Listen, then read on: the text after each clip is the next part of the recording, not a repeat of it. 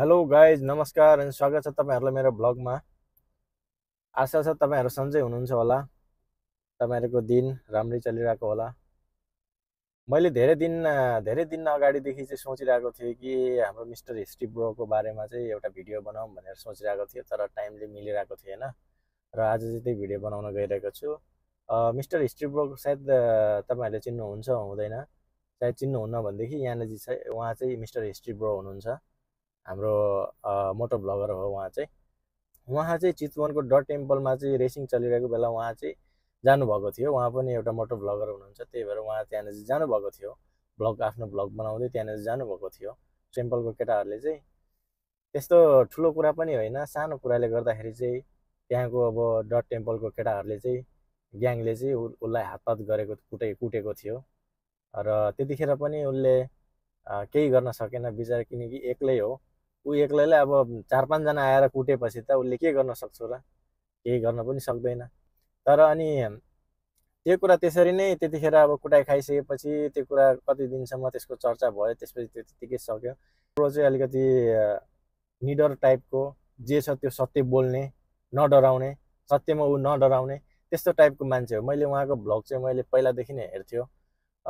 तर त्यहाँनिर चाहिँ के भयो भनेदेखि त्यहाँनिर त्यस्तै सानो सानो कुराले गर्दाखेरि चाहिँ अब त्यहाँको केटाहरूले चाहिँ अलिकति मुख छाडेर चाहिँ अलिकति हप्काएको जस्तो गरेर चाहिँ उसलाई के भनेर चाहिँ त्यो कुराले चाहिँ त्यहाँनिर झगडा परेर कुटेको थियो उसलाई। त्यो कुरा त्यतिकै साम्य भयो र हिस्ट्री ब्रोले पनि खासै त्यसको उ त्यो गरेन, जे हुने भइहाल्यो होइन। किनकि हिस्ट्री ब्रो पनि अब विवाहित मान्छे हो। विवाहित मान्छे भएपछि जब एउटा विवाह बन्धनमा बाँधिसकेपछि हामीले आफ्नो आफ्नो आफूले मात्रै सोचेर हुँदैन। आफूले बोल्नु सक्छ, हामी पनि अब बोल्नु सक्छ, हामीले पनि उनीहरू जस्तै कुट्नु सक्छ, त्यसरी हिँड्नु सक्छ नि। तर हामीले त पछाडिको पनि सोच्नु पर्यो नि त। हामी मात्रै होइन, हाम्रो पछाडि त छ, हाम्रो छोराछोरी हुन्छ, अनि के अरे फ्यामिली हुन्छ, बुढी हुन्छ, त्यो कुरा पनि सोच्नु पर्यो नि त। त्यो कुराले गर्दा हाम्रो फ्यामिलीमा इफेक्ट पर्छ नि त। अब अहिले केटाहरू अब बिहे नरहेको केटाहरू त जे गरेर पनि हिँड्छ, तर हामीले चाहिँ अलिकति विचार पुर्याउनु चाहिँ पर्छ। तर त्यसमा चाहिँ केही पनि हिस्ट्रीबाट केही त्यस्तो गरेको थिएन। त्यो कुरा त्यत्तिकै ल जे हुने भइहाल्यो भनेर त्यत्तिकै छोडेर त्यत्तिकै केही भएको थिएन त्यो विषयमा कुराकानी। तर फेरि पछि डट टेम्पलमै फेरि रेसिङ भयो, डट बाइकको रेसिङ थियो। फेरि त्यहाँनिर चाहिँ हिस्ट्री ब्रो गयो। जाँदाखेरि उसले त केही सोचेर गएन। यदि उसले त्यसरी अब उनीहरूलाई बदला लिन्छु भनेर केही रेसिपी बाहिर भेट्यो भने उनीहरूलाई पनि कुट्छु, अब 2-4 जना केटाहरू लगेर उनीहरूलाई पनि अब तल लाउँछु भन्ने त्यस्तो सोचेको भए त ऊ सायद त्यहाँनिर जान्थेन होला। किनकि मैले पनि उनीहरूलाई टार्गेट गरिरहेको छु, उनीहरूले पनि मलाई टार्गेट गरेको होला, म त्यहाँ जानु हुँदैन भनेर त्यो सोचेर ऊ त जाने थिएन। तर उसले त्यस्तो केही सोचेको थिएन, जे हुने पहिला भइहाल्यो, अहिले केही त्यस्तो उयो पनि छैन भनेर नर्मल तरिकाले एकदम आफ्नो भ्लग बनाउँदै ऊ त्यहाँनिर गयो। त्यहाँ गएर सबै कार्यक्रम सकिसकेपछि ऊ जाने बेलामा अब उसको हेलमेट चाहिँ अब एउटा स्कुटीमा राखेको रहेछ। हेलमेट निकाल्न जाने बेलामा चाहिँ त्यही केटाहरू जुन जुन केटाहरूले पहिला कुटेको थियो त्यही केटाहरू बसिरहेको थियो अरे, अनि मुख छाड्दै थियो अरे। अनि त्यसपछि उसले चाहिँ वास्तै गरेन अरे, मलाई होइन होला भनेर ऊ मतलबै नगएर हिँड्यो। किनकि उसले त केही त्यस्तो, उसको दिमागमा त केही त्यस्तो नै छैन के, बदलाको भावना नै छैन र यस्तो योहरूले गर्छ भनेर सोचेकै छैन। त्यही भएर ऊ हिँड्यो। लास्टमा तल नै भनेको भनेर मुख छाडेर एकदम दुनियाँभरको मुख छाडेछ। पनि त भनेर बोलेछ। त भनेर बोलेपछि त कसलाई त भनेको भन्दै त्यो केटाहरू आएर त्यसपछि चार्ज गर्न लागेछ। तर योपल्ट त हिस्ट्रीबाट पनि 1-2 त हानेछ। के गर्नु त, अब हल्का डिफेन्स त गर्नु परेको। अब तर त्यत्रोजना 3-4 जना एकजनालाई अब ग्रुप आउँदाखेरि त सकिँदैन। हान्ला 1-2 हान्ला, तर उनीहरूलाई त सकिँदैन नि त। त्यसरी चाहिँ कुटाइ खाएर बिचरा यार हिस्ट्री ब्रोको चाहिँ पुरै नाकबाट रगत, त्यस्तो आँखा पनि पुरै कस्तो बनाइदिएको थियो यार। त्यस्तो गर्ने होइन नि यार, कस्तो यार बिचरा ब्रो यार, एकदम सफा मनको छ ऊ यार हिस्ट्री ब्रो। मैले उसको भ्लग हेर्छु, म प्रायः हेर्छु, उसको भ्लग हेरिरहेको हुन्छु। उसको मन सफा छ।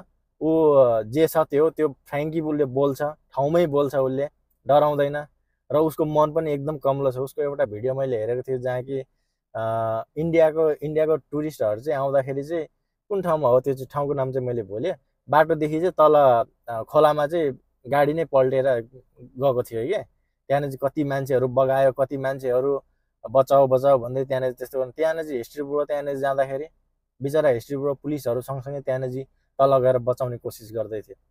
ऊ लास्टमा बचाउनु नसकेर उसको मनै मन अब उ बचाउनु भनेर त्यहाँनिर चाहिँ पुरै पुकार्दैछ, अब बचाउ बचाउ भनेर, बेटा बचा लो मुझे भनेर त्यसरी पुरै बुढाबुढीहरूले त्यसरी बसभित्रबाट त्यस्तो भन्दाखेरि उसले त्यो बचाउनु पनि नसकेर चाहिँ लास्टमा ऊ एउटा ढुङ्गामा गएर चाहिँ रुँदै रुँदै उसले चाहिँ नेपाल सरकारलाई चाहिँ अलिकति भनेको छ, केही कुराहरू शब्दहरू उसले नेपाल सरकारलाई चाहिँ भनेको छ, नेताहरूलाई भनेको छ, यो बाटोहरूको विषयमा र यस्तो विषयमा चाहिँ उसले रुँदै रुँदै भनेको छ कि त्यो हेर्दाखेरि चाहिँ मेरो मन पनि अलिकति यस्तो लाग्यो, हिस्ट्रीबाट जति पनि उसले बोल्छ सही बोल्छ र उसले ठाउँमा जे सत्य हो त्यो ठाउँमै उसले बोल्छ, ऊ डराउने खाले मान्छे होइन, तर उसको मन भने एकदम कम्लो छ।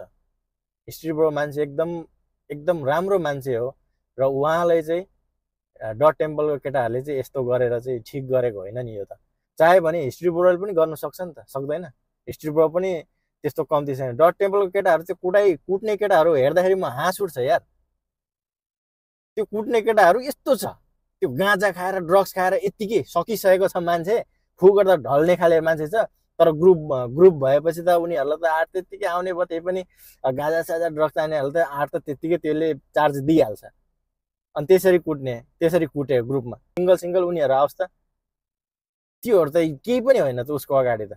मान्छे हेऱ्यो भने यस्तो छ कि कुट्ने मान्छेहरू, तर के गर्ने अब। हिस्ट्रीबाट पनि अलिकति उसको पनि आफ्नै घर परिवार छ, उसको पछाडि उसको नानी बाबु छोराछोरी छ, अनि आफ्नो वाइफ छ, अब उसको आफ्नो घर छ, आफ्नो आमा बुवा छ, त्यसको लगतै फेरि आफ्नो सासू ससुरा ससुरालीको पट्टि पनि आफूले विचार गर्नु पर्यो, नत्र चाह्यो भने त उसले पनि बदला लिन सक्थ्यो नि। अहिले पनि हिस्ट्री ब्रोले चाह्यो भने अहिले पनि लिन सकिन्छ नि त बदला, तर उसले त्यस्तो गर्दैन नि त, किनकि ऊ एउटा राम्रो मन भएको मान्छे हो, उसले अलिकति विचार गर्छ।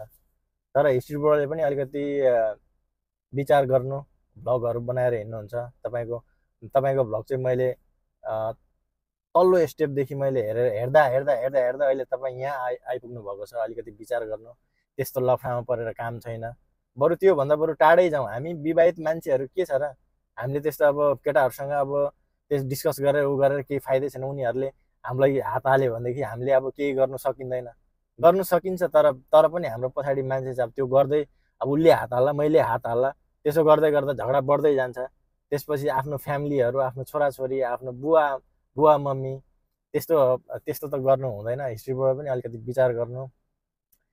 अब यही हो, मैले भिडियो बनाउनु चाहिँ धेरै पहिलादेखि भिडियो बनाउनु खोजेको थियो, त्यो चाहिँ बनाउन सकिरहेको थिएन। आज चाहिँ मैले बनाएको। तर मिस्टर हिस्ट्री ब्रो चाहिँ मलाई एकदम सही लाग्छ कि मान्छे सही छ, उसको बोल्ने तरिकाहरूदेखि लिएर हरेक कुरा सही छ।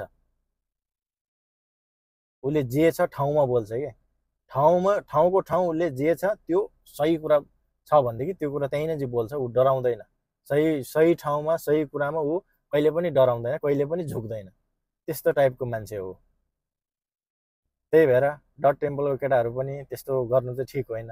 आफैहरूले चाहिँ अर्गनाइज गरेर चाहिँ एउटा प्रोग्राम बनाउने, अनि त्यही प्रोग्राममा चाहिँ आएको आफ्नो जति पनि भ्लगर, अब मिस्टर हिस्ट्री ब्रो पनि त्यही मोटो भ्लगर हो, ऊ पनि त्यही रेसिङकै बाइकहरू राइडिङै गर्ने हो, ऊ पनि त्यही फिल्डकै हो नि त। अनि त्यसरी आफ्नै ठाउँमा आएकोलाई चाहिँ अनि त्यसरी कुट्नु त त्यो त यो चाहिँ राम्रो कुरा पनि होइन। नेक्स्ट टाइम त्यहाँनिर डट टेम्पलमा केही यस्तो भयो भने चाहिँ सायद त्यसमा चाहिँ अलिकति केही यो कुराले चाहिँ असर गर्छ कि जस्तो पनि मलाई लाग्छ है। मैले धेरै अगाडिदेखि चाहिँ यसको भिडियो बनाउँछु भनेर सोचेको थियो, तर बनाउनु पाइरहेको थिएन। आज बनायो, मनको कुराहरू मैले राखेँ, अलिकति शान्ति पनि भयो मनमा। यो भन्ने जुन कुराहरू आफूलाई यस्तो कुरा गर्छु भनेर मन छ, तर गर्नु पाएन भने मनमा चाहिँ मनभित्र चाहिँ गुम्सेर खुल्दुल भइबस्ने रहेछ क्या। तर आज मैले हिस्ट्री ब्रोको कुराहरू सबै भनिदिँदाखेरि अहिले मलाई मन पनि ढुक्क भयो। र आजको भ्लग चाहिँ म हिस्ट्री ब्रोलाई टेक केयर भन्दै यहीँ टुङ्ग्याउन चाहन्छु। हस् त, बाइ बाइ, स्टे सेफ, सबैजना खुसी रहनु होला, आफ्नो केयर गर्नु होला। गर्मी बढेको छ नेपालमा, अलिकति आफ्नो केयर गर्नु होला। हस् त, बाइ बाइ।